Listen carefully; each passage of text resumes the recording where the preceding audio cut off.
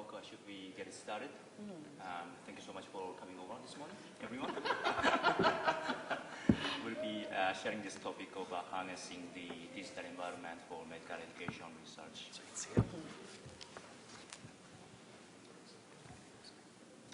Okay, we should actually take turns and introduce ourselves. I can start first. My name is Sangil Lee. I'm moderating this session. I'm from University of Iowa.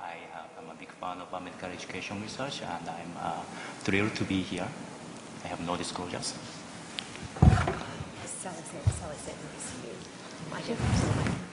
I get part of my funding from the DMA.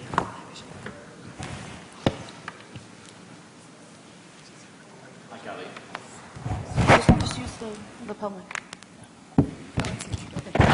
We can each have them. Mike Gottlieb from Rush University Medical Center, Director of Ultrasound there, no relevant disclosures. Right. And I'm Teresa Chan. I'm from McMaster University, and I receive some stipends from ASAP, Alium, and McMaster University, as well as the PSI Foundation in Ontario. Perfect. So our objectives are three of them. First one is to be able to describe the landscape of social media that's being used in medical education research. The second part is to be able to appraise the utility of innovative technology for this research interest. And three, this is probably the highlight, but to be able to describe the powers and pitfalls of research design and outcome using the digital environment. All right, so we'll start with the introduction. Mike and Teresa will be describing some of the important concepts and some examples here. Okay. So I think the first thing is just to define and get a sense of what is a virtual community practice. Since there are many things that go into the components of digital scholarship, and I think this is one of the founding components, one of the key conceptual frameworks that helps identify how we can be successful with this. So in essence, virtual community practice is an extension of the original community practice, which is Laban-Wagner, then updated by Dubé and a few others. Essentially, you have a group of educators who can co-construct some knowledge and have groups of people at higher and lower levels, pieces of experts and a little more novice who can build this knowledge together. And what the digital environment is, it allowed people to transcend this in a way that traditionally had to be in the same physical location. Now you're able to go, connect with people who are in different cities, states, different countries, and different time zones. People in different shift schedules, people who would never otherwise overlap, now have this ability to have this much wider community that can kind of co-construct and learn from each other in a way that wasn't previously possible. And specifically for medical education or health professions education research, this opens up your world to a lot more people than you normally might actually have access to. Most shops have maybe one person that's a medical education person, and they may or may not do research. So I think that a big part of the online community is for you to find other people who are doing that medical education research and be able to collaborate them, reach out to them. There's both open virtual communities of practice, so like there would be Twitter, would be like an open one where you might just randomly run into a conversation because someone else retweeted something and then dragged into a conversation that goes on for like 4 hours and into the morning. Well into this morning, about the Kardashian Index, for instance, is a conversation piece that started last night and is well into this morning. And people have been talking about the idea of people who have more Twitter followers than their citations would warrant, and having a discussion about what that means. So that's interesting because I feel like there's a couple of people that are just one tweet short of like launching into a program of research on this. And so I think that it's interesting to be able to find these communities, these niches, and then connect with people. I know that one of the probably the 5th paper I authored after getting on Twitter is literally a paper that we brainstormed on Twitter. Esther Chu, Megan Rennie, a bunch of other people. We actually started talking on Twitter, then we switched to a Google Doc where we brainstormed it, and I'm still working through meeting all of those collaborators for that paper in real life, because I still haven't met them yet. We did, like, at some point, maybe hop on a Skype or something like that, but to iron it out. But really, it kind of wrote itself, and I think that's the dynamicism of acknowledging that there are virtual communities of practice openly. SIM educators have this, like, SIMED hashtag that you're using, hashtag SIMED. A lot of other people are using MedEd, right? And then I think you can also still find pockets of different groups of people under FOAM-Med or FOAM-EMS or FOAM-PEDS or FOAM-Ultrasound. Mm-hmm. And I like how you laid it out a little bit, Teresa. There's the open, there's a closed type of virtual communities of practice, because oftentimes when I think about harnessing digital media, I think about virtual communities of practice. My mind goes to Twitter almost exclusively, and I visualize Twitter. And I think about all the hashtags and the sub communities within this. But that's just one example. It's a common example, but it's just one. Mm-hmm. There's also a bunch of different closed platforms. So for me, one of the very first virtual community practice I was a part of was a part of the LAM Chief Resident Incubator Program. And so as a chief resident, I was at a site where there was 3 of us, and we had 3 ideas. And we would try things out, and we were like, oh, I wonder how other people are doing it. And so we would ask our friends across the street. And now we had 6 people and 6 ideas. And they were pretty similar, because we were all in Chicago at the time, and that was it. And then we joined this program. We started connecting up with chief residents across the whole country and getting this whole massive influx of ideas and the ability to share things and figure out from others' trials and errors. So that was a huge experience just for the knowledge creation, from the ability to develop connections, connecting me with a number of people who are now, junior faculty at different institutions who I would have never otherwise met, and now I see them at conferences and I'm like, oh, hey, how's it going? Or people that I still never met until, the other day. Been 3-4 years, but I knew them through initially meeting online, similar to Teresa's example with her paper. You meet people in a scenario that you would never have otherwise had an opportunity to meet them, because it kind of breaks down that barrier. And then when you meet them in real life, it's a much easier connection to continue and maintain, because you've had the initial influence.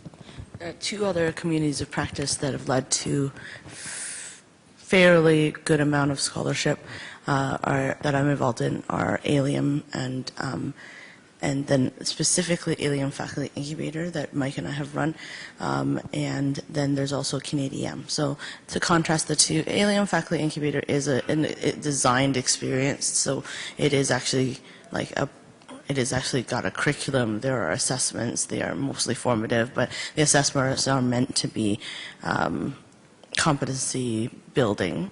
And so the idea is to force people to actually do homework so that they learn stuff again, which is an interesting perspective for faculty development, because most faculty development, you just teach at people and then hope that they learn.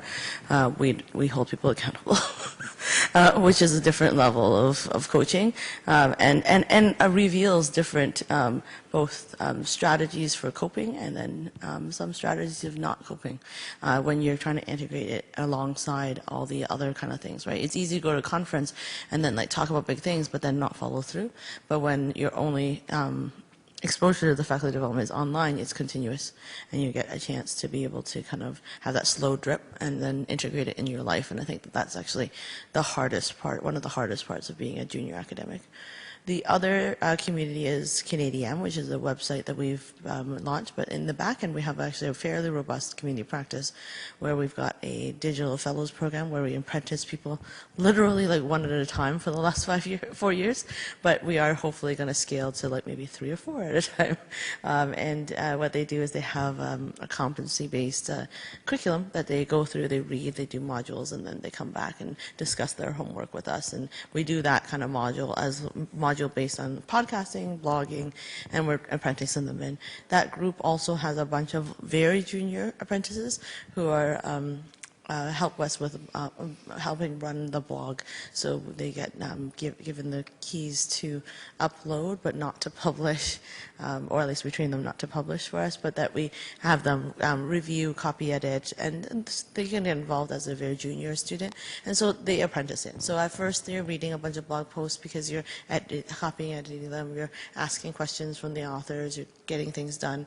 Then when you have an idea and you want to do a blog post, then you know the process to do it. And so a lot of them have done a lot of that digital scholarship.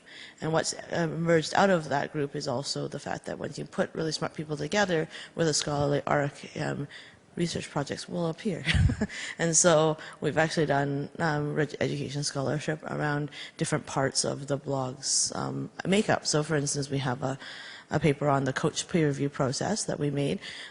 That's basically any junior author gets a senior person to review and continuously vet their stuff until it's good enough for publication. And that might be 3 rounds of editing, it might be 17. And it's just, that's what we did, but we polled everyone, did a program evaluation of that, and that's in academic medicine. We shot for the moon, and we landed on the moon, and we're like, interesting. And so then we moved on.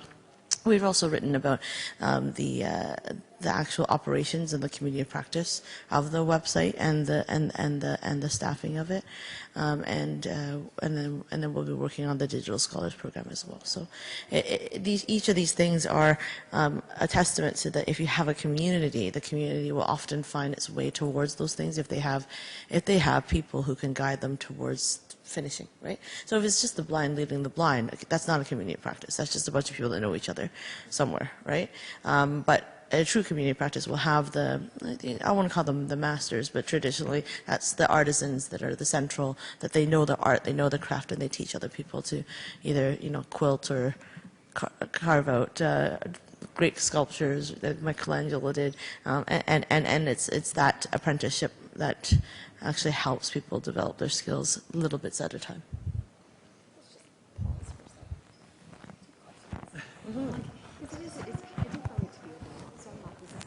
Sally. It's up to you. I mean, I just feel like this is not the space, and so do you have... It's just for recording. Oh, this is So stupid. That's all I'm saying. I don't know if they want this Is it on? or not, but Okay.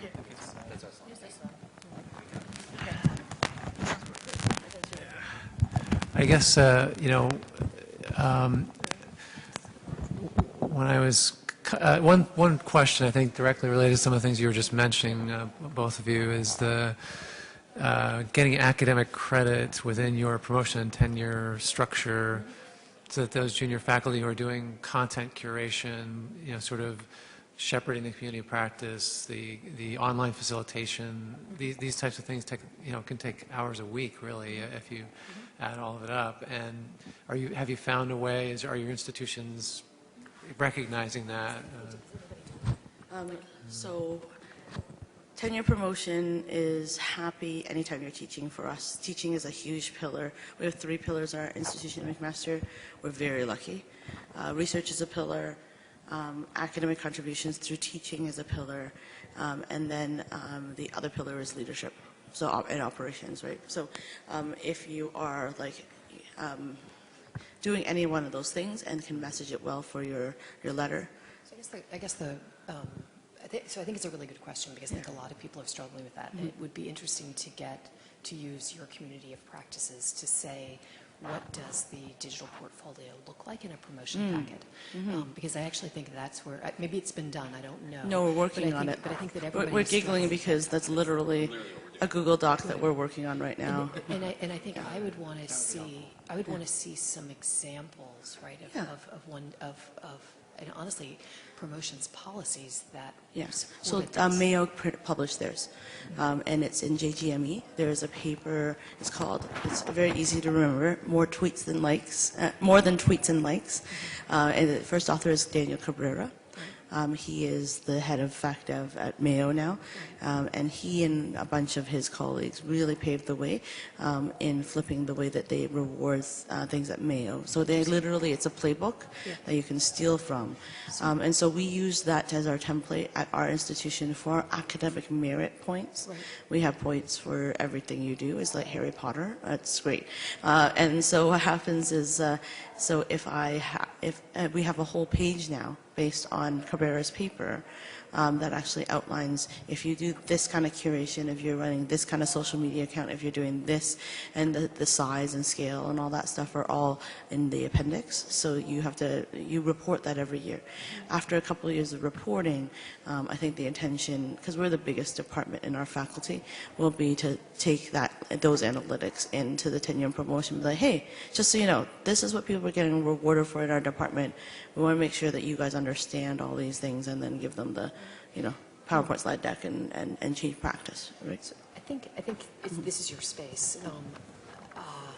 I think the question, I think it would be really interesting to go back to the AAMC group that did the Boyer work. Do you remember that? No. So there was a group of advanced educators in the AAMC who put together a series of stuff. It was I'm not remembering names. And probably half of them are not retired. But it might be interesting to go back to the AAMC and say, could you put together a workforce to do this and to put this on their strategic priorities? Because with Allison Whelan, they're completely redoing what they're doing at the AAMC, and this is one that matters to us. Does that make sense? And it might be, I'm trying to think, I don't know, but that might be something we should, or you should, I don't know, if you need help, I don't have direct access to her, although she probably knows all of our work, but that's probably where I would start, because I really think that if we can get the AAMC to own this one and work from what you're working with, that would make it incredible, right? Because I do think it is a form of scholarship that we don't recognize. So I think you bring up a really good point. Is that to some degree when you're first starting out, you're fighting at an institution level, right? Mm-hmm. But the goal overall, and that's again what Dan Cabrera has been doing with a lot of his work as well, is to try to reach this on a more broad scale, so people can implement it at their institutions rather than having to keep fighting each battle individually. Right. I think a surprising number of institutions have some existing infrastructure towards social media. It's just not often as valued as highly. Right. So I think sometimes utilizing that to carry forward as well. Right.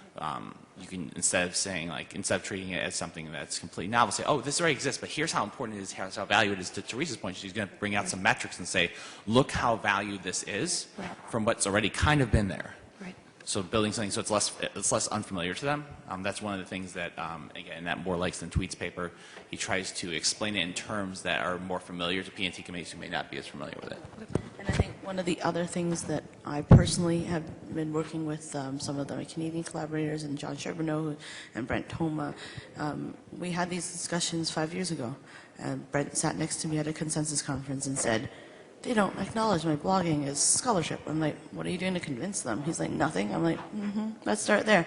And so we wrote papers about this stuff, and then we wrote more papers. And 28 papers now later, people are asking us to be experts on panels so that we can discuss how this can go on tenure promotion.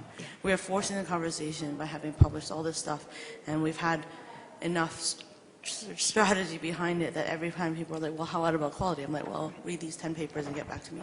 And that's been very powerful, right? So using traditional scholarship to bolster digital scholarship until the digital scholarship can kind of fly on its own.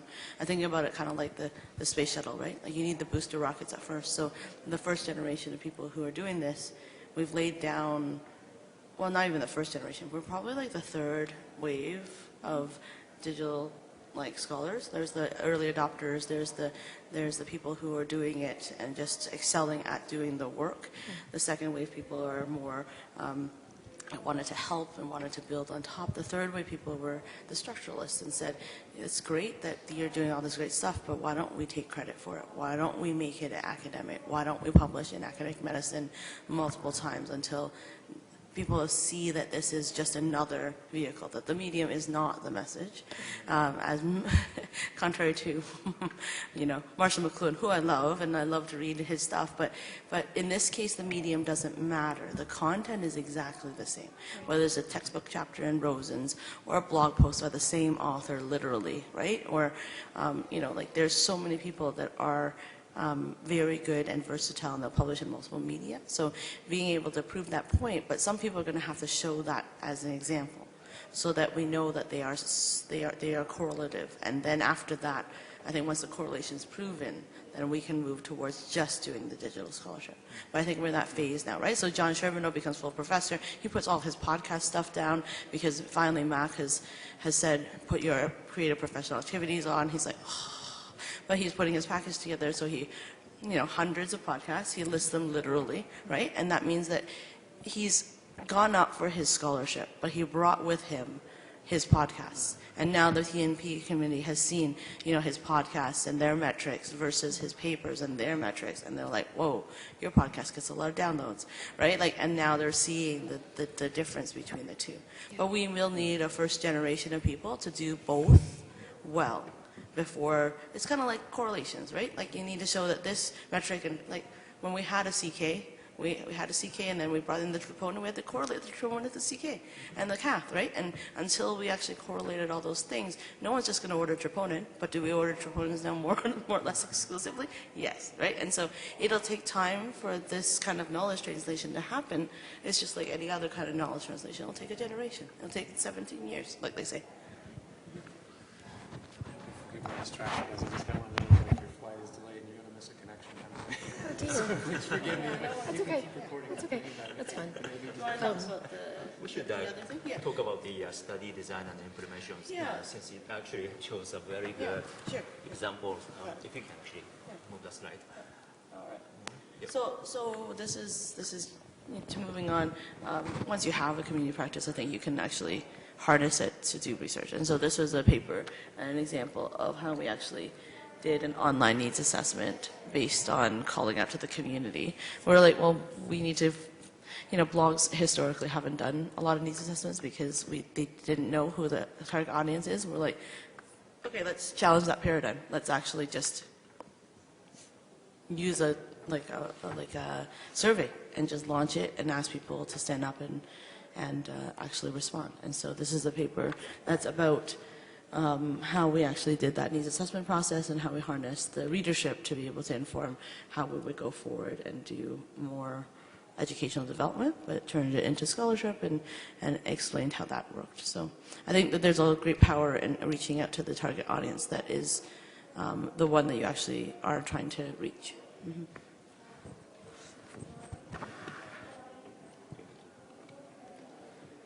So this is another example of two kind of similar series, the academic primer series and then the curated collections for educators.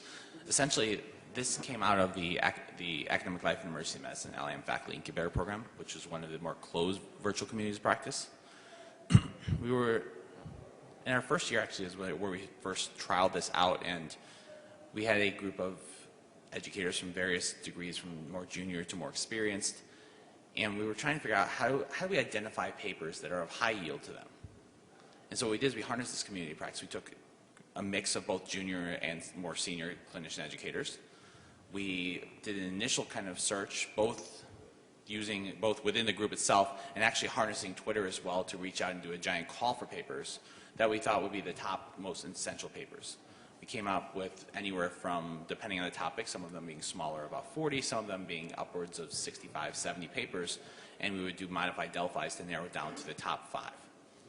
And one of the things that was really helpful about this was, instead of just kind of proscriptively saying, okay, we took 5 experts, here you go, here are the papers that are essential, we really engaged the junior clinician educators who are on the other end of this to really try to understand, what's valuable to you. If I give you this one paper that I think is really valuable, it may not actually resonate with you to the same degree, and while it might be important to read, it might not be your top 5. And so we found that overall, both groups we did this as a separate paper, but overall we found that most groups aligned fairly well. But every once in a while you'd find a paper that really resonated with the juniors, that was really impactful to them, that the seniors kind of may have either took for granted or didn't realize the importance at that stage in their career. And so this is an example where we were able to harness the power of this digital community, this virtual community practice, to identify papers that could then inform future learners outside the practice as well. This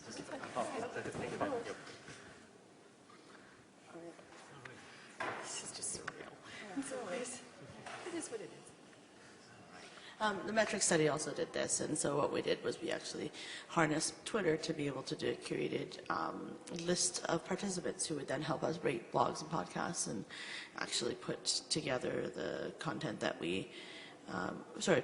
to actually do the study and be participants in the study and actually be acknowledged as collaborators for doing the work. So I think this is probably a way forward for us when we're looking at doing scalable medical education research. So I'm just thinking you could do a very similar thing if you wanted to do a rater cognition study, record a bunch of videos, make sure they're on an online, they could be simulations or whatever. And the idea would be, like, if you're a sim educator, it'd be great. Like, you could record a bunch of videos, have people rate them, right? That's what Mark Krashanik's dissertation was. Did he ever talk to you about that? Yeah, so basically he used So Amazon who's the person? Turk. It's the evaluation. He's a PhD evaluator at Rush. He used Amazon Turk Yeah. to do communication skills for standardized patient encounters, which was interesting, right? With a sense that that's the true population that your students' stakeholders are, and use that for communication and use Amazon Turk, which is kind of cool. Amazon Turk costs money, so I think that the other way is, I think there's a lot of people actually willing to participate in science. I think sometimes we get beat down in our home shops because everyone's like tired of, well, Sherbino's been studying physicians for a while, so everyone's a little bit tired of being studied again, right? But if we scale it, if we study people across countries and not just people that we know in real life, but rather roster people who are interested in something and form our own little Amazon Turk listserv, right? Then now you have a rostered bunch of people. It's kind of like having a curated list of reviewers, right? Like That'd be really fun. it's no That'd be different, fun. right? What a great idea. Because what if you really kind of said, you reached out to emergency medicine and created a series of reviewers, and they were like, I'm good at communication skills. Yes. I'm good at death telling. I'm good at the difficult conversation, and then recorded video. Yeah, and then so these are the kind of studies I would like to participate in, and then people could, it's probably worthwhile building actually. Maybe we should build it, Cool. If anything comes out of this session and that's it, then we'll have made our mark. So I'm just going back. Have you actually tried to get digital scholarship as part of your promotion group? Because it sounds like McMaster you've succeeded, but have you done it yet? So it is actually in our promotion and tenure policies. It's in there, not to the same degree as it is at Mayo and some of the other bigger institutions, but they do value it, and it's included as part of our application. So we have dedicated spots for this. Interesting. Okay. Yeah. Okay. It'd be interesting to know how many and get a better sense of that. That's why, because we don't, and there's a lot of people who need it. Cool. Okay. Sorry. The other thing that I wanted to mention is about curated review or curated commentaries, because the concept can be applied to a lot of different topics, especially for the early stage faculty or any other. Sorry. Yeah. So any of the early stage faculty who are interested in a specific topic but more study the focused scale. Sorry, Joe, what was your question? So it sounds like the curated commentary. Yeah. It seems like the methodology can be applied to many different topics. It doesn't have to be only on education, but could be for any clinical topics as well.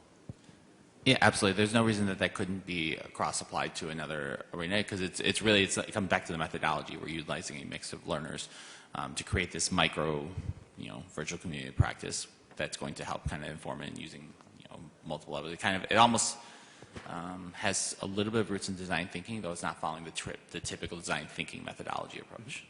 Great.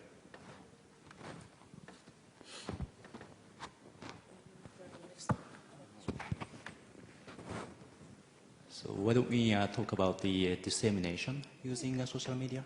Yeah, and so dissemination, I think, is the other big pillar of why social media is important for scientists and researchers. I guess there's a guy that has this podcast called Explore Space.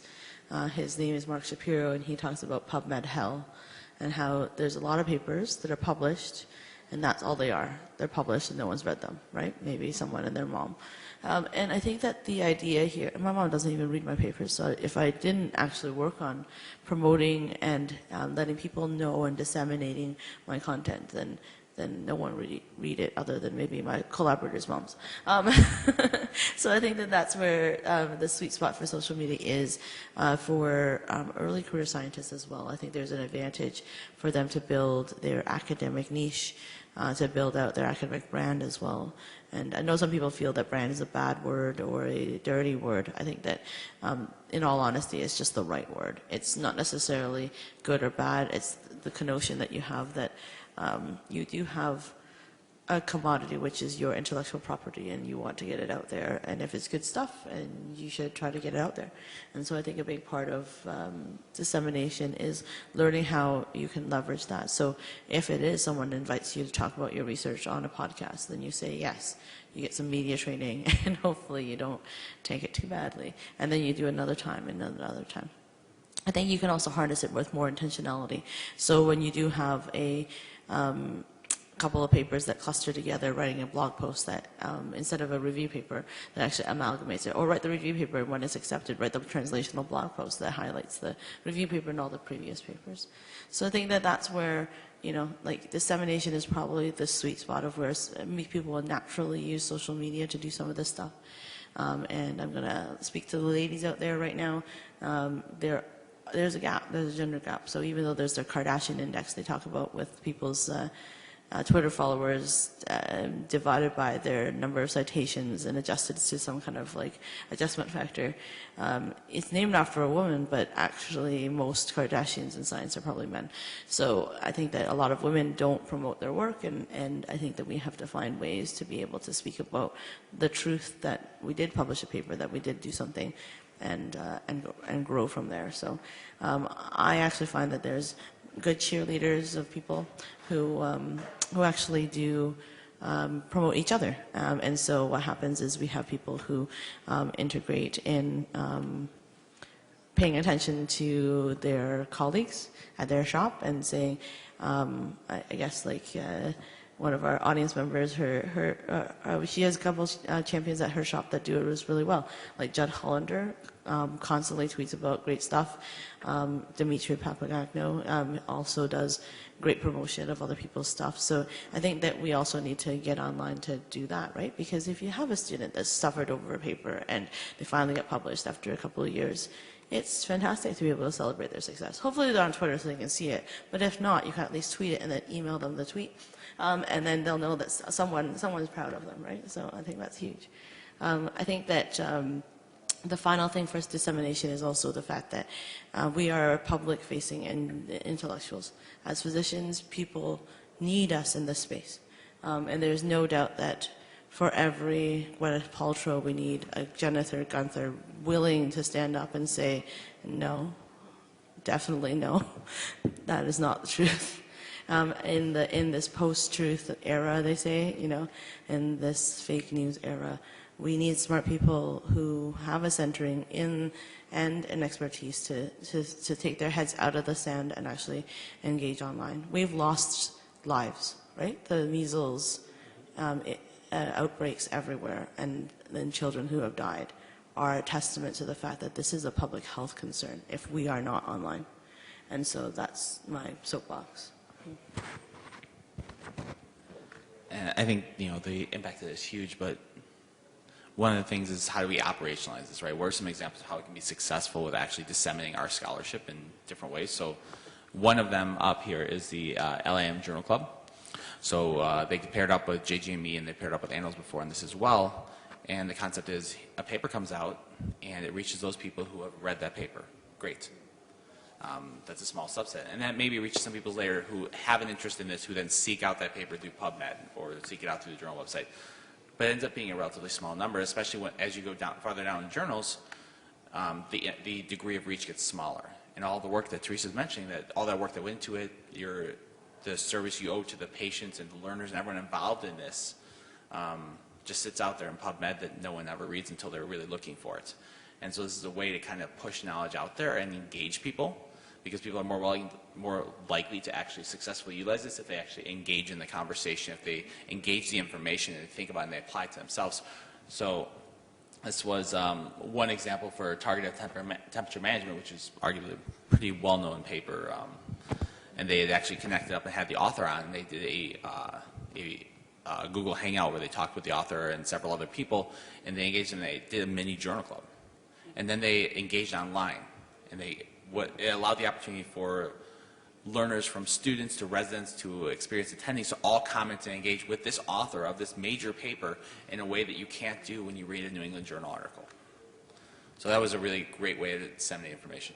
Or increasingly, so that this raised awareness that you could do this, and journals are getting in this game, right? When we did our study on social media editors of medical journals, they're journals are very aware that social media is a space where they should be engaged, and they are assigning people, whether they're staff people or that they've hired, or and communications people, or actually just recruited physicians to hold those positions. Again, for that academic credit part, then you're an editor for a journal. Again, it's kind of like you might say, comma, social media, but you're still an editor on the editorial board for a journal, right? Mike, you've been in editorial boards because of your social media work, right? Yeah, that was one of the ways that I got involved with academic emergency medicine. Was I got recruited up to be their social media editor. I've been there for about a year.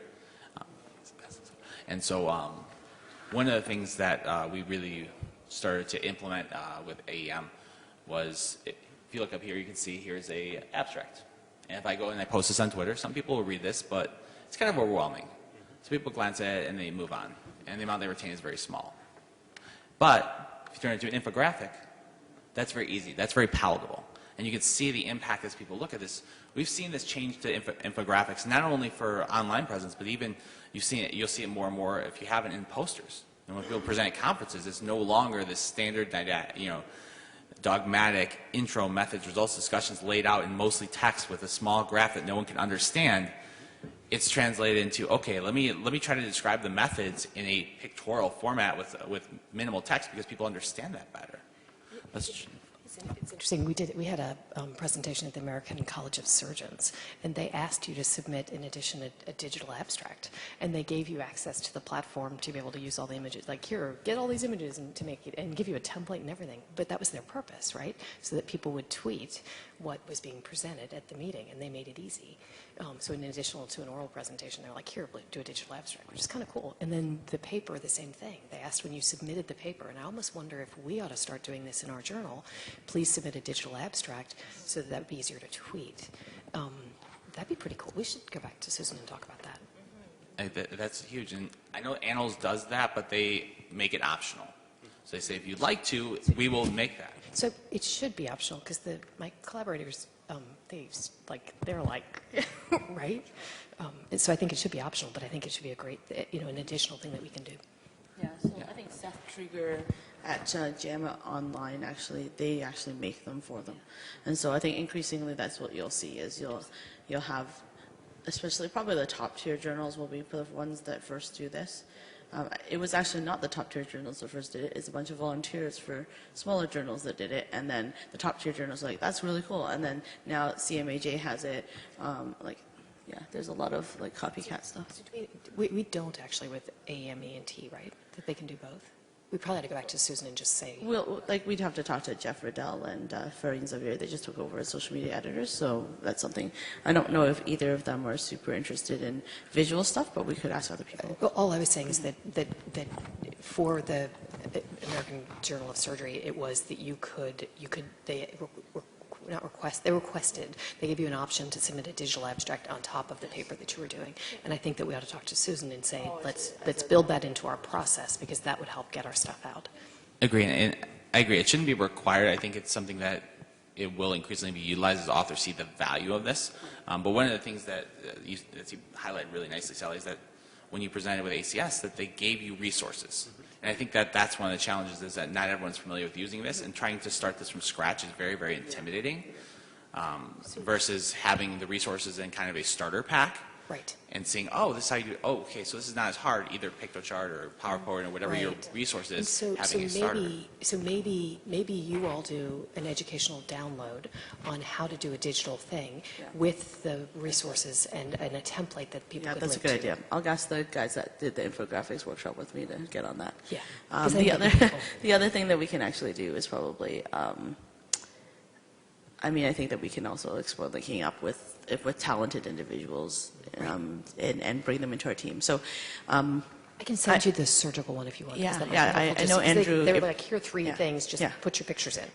Andrew Ibrahim's stuff is fantastic, and his resources I would highly endorse if anyone's interested in that. From the Annals of Surgery, they have a whole press pack, and Michigan has a whole how-to guide that's published for infographics online. So that definitely high-yield resources. I think that it's about building a community. So when you're thinking about your figures, stop thinking about lines in PowerPoint. think about using an infographic.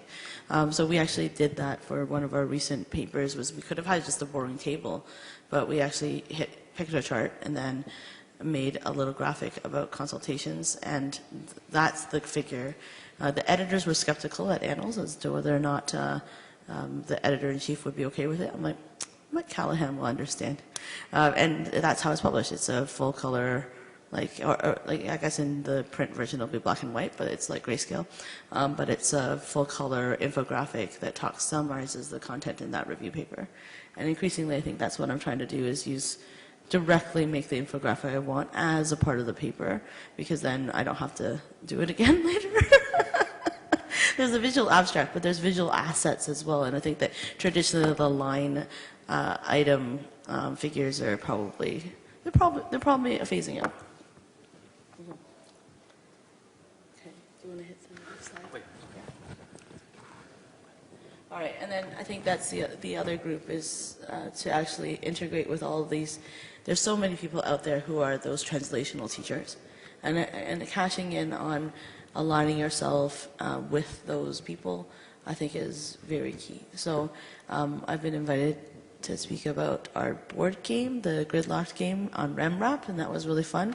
I've helped with some of the Harvard Macy Institute tweet chats that they have, HMI chat. At Medjitopa, I've been a guest on there again for the board game, and then I think Rebel EM is a great outlet if you're doing clinical work and you want to get eyes on it, to write a blog post about your most recent study and to get it out to a lot of people, because it's very, very much like sought after kind of blog. Mm-hmm. And it's interesting, calling back to Teresa's point about the newly formed Kardashian Index, but the concept that your digital presence can lead to a lot of scholarship. So, there's two sides of it. The one side is you're pushing your information forward, you're allowing it to disseminate out to others, but it also leads to a lot of opportunities that you wouldn't otherwise have.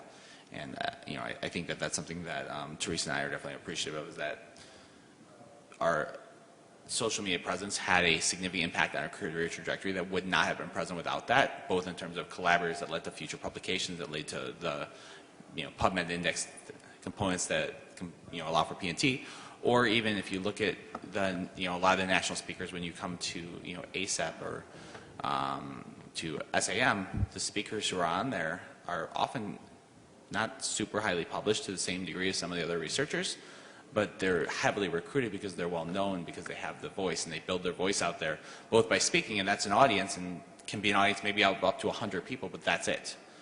To have an impact across the thousands and thousands of physicians, it has to extend beyond that, and that's where, again, the social media comes into play. It gives them that reach. No matter how big your audience is, it triples, amplifies it to the nth degree, because now you're hashtagged out in Twitter, and there's 100,000 impressions, 100,000 people may have seen you scrolling through there, and you develop that name value that you wouldn't have otherwise had.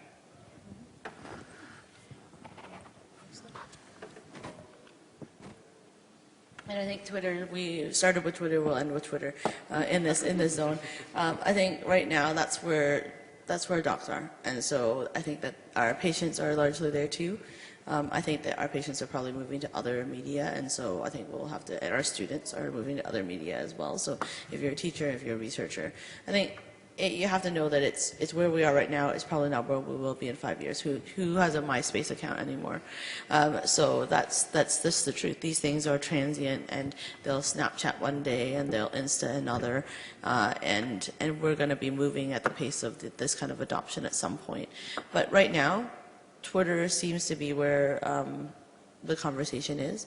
I think the med students have had lots of conversations on Reddit, but those who have engaged with trying to disseminate and engage in Reddit haven't found that the staff docs and residents are there. So I think because the staff docs are on Twitter, the residents get socialized to do the Twitter at these conferences, and then the students who are savvy to that also use Twitter to screen. I've actually met a med student this year for the first time, disclosed to me, oh yeah, I definitely follow the McNamara's Twitter, because then I know that you guys are kind of a cool residency program to hang out with, and that you seem interesting and not just bland. And I'm like, oh, thanks. Because I run that Twitter account, so I was like, okay, I've hit the cool mark, so that's good. I use a lot of memes and GIFs, so that's, I think there's a level of engagement that's interesting, right? And I think that we're also trying to find other ways to do that, so going beyond Twitter, but I think that's where the conversation is right now. She'll open it back up for any questions. Sorry, I'm just looking at this Kardashian index. I'm calculating mine. There's a calculator, and you can just plug in your Google Scholar account and your Twitter account. And Oh, so it's the citations, not the number of things that you... Not their papers, because their impact, so it's about the citations. It's kind of one of those interesting features, too, when you think about it, because if we're using citations, not papers, we know that there's always a lag between citations, right? That citations build up over time, versus when you look at your online presence, that can be very immediate. Yeah. So it's like, And it's almost anti, because what happened was... You kind of want to be a low Kardashian factor, not a Yeah, high. that's the Well, idea. actually, it depends. It depends. But it's to some degree, it's differing curves, right? Because your initial impact on Twitter is contingent upon your right now moment. Yeah. And you'll build followers over time as long as you remain active. But if you dip off even a little bit, you drop your actual online presence. Yeah. Versus if you dip off on papers, it's fine because they catch up over time. Right? The papers you put out today do not, unless you cite yourself, do not really impact your citations that much. Time does. And the power of the paper you previously published. So they're kind of two different metrics, which is interesting. And just like the H index, the Kardashian index penalizes junior faculty.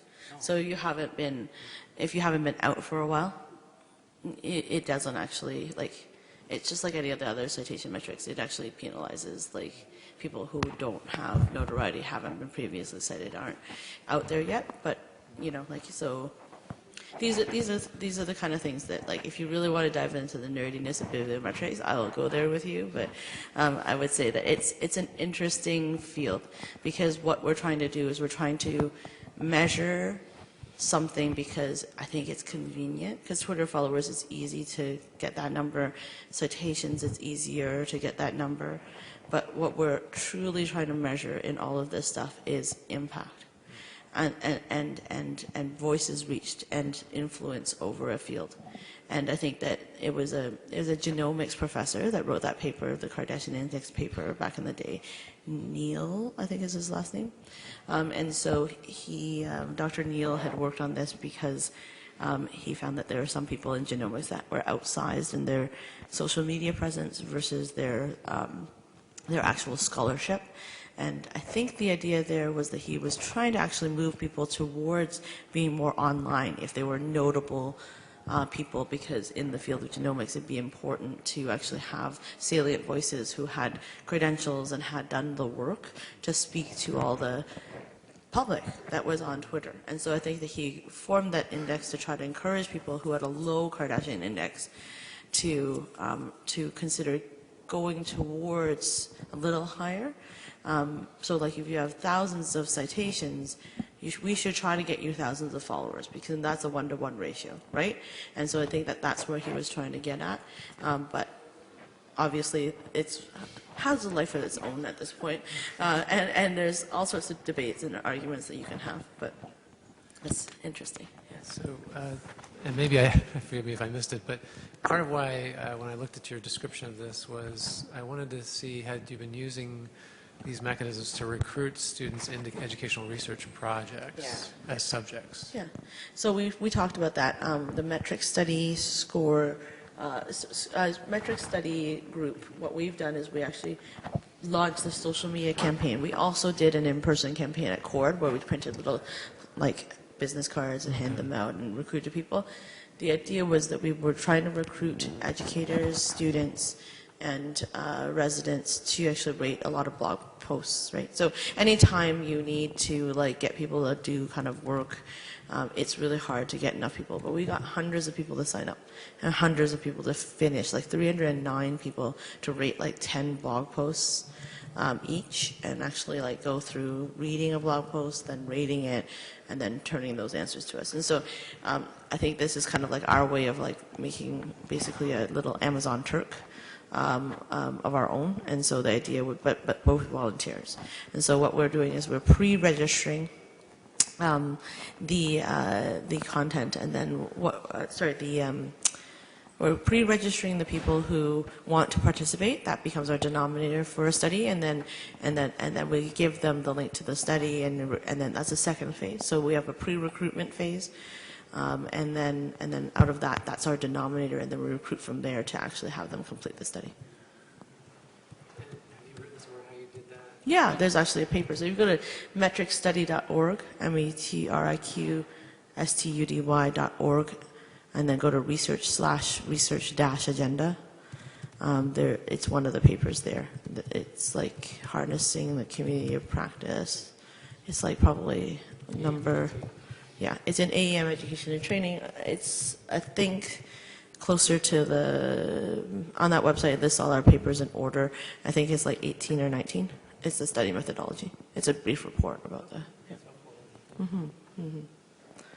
Yeah, so I mean, like Sally was just thinking maybe it'd be cool to actually have like a more massive scale recruitment for all sorts of different things, and so that you could have a denominator for patient communications or SIM assessment or whatever. So maybe that's something that could be worked on in the long run.